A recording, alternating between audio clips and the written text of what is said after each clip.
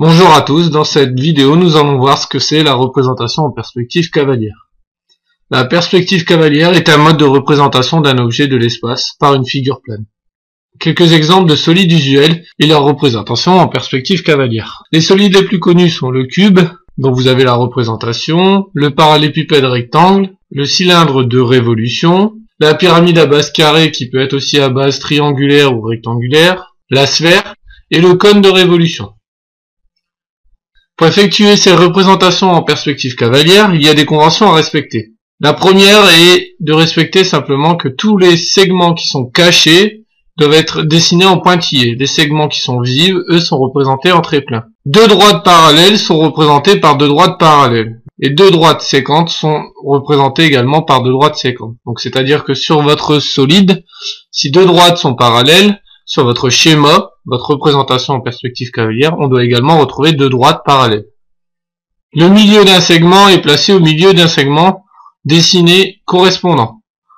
Des points alignés sont représentés par des points alignés. Les figures situées dans un plan vu de face, donc le plan frontal, sont représentées en vraie grandeur ou à l'échelle. Si aucune échelle est indiquée, la représentation du solide se fait à grandeur réelle. Donc c'est-à-dire que si vous mesurez une longueur de 10 cm, ça veut dire que sur votre plan, vous ferez une longueur de 10 cm. S'il y a une échelle, il faudra alors recalculer les dimensions en fonction de l'échelle. La forme, les angles et l'orthogonalité sont respectés pour le plan frontal. Les segments reliant les faces avant et arrière sont appelés fuites par rapport au plan avant et un coefficient de proportionnalité appelé K. Donc voyons ces différentes conventions à travers un exemple. Imaginons un pavé droit A, B, C, D, E, F, G, H est représenté ci-dessous.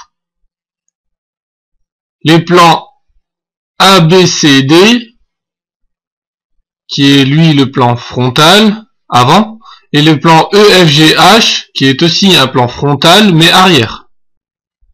La droite AE, BF, CG et DH sont perpendiculaires au plan frontal dans la réalité. Dans notre représentation en perspective, elles seront appelées fuyantes. L'angle alpha est appelé angle de fuite. C'est l'angle qui va nous permettre de dessiner les fuyantes.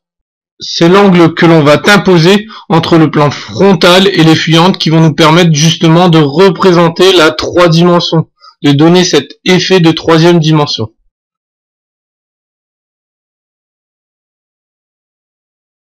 Le coefficient K est appelé aussi coefficient de réduction des fuyantes. C'est ce coefficient que l'on va devoir appliquer aux dimensions des fuyantes afin de les réduire. Donc c'est la fin de cette vidéo, en espérant qu'elle vous sera très utile pour réaliser vos schémas en perspective cavalière.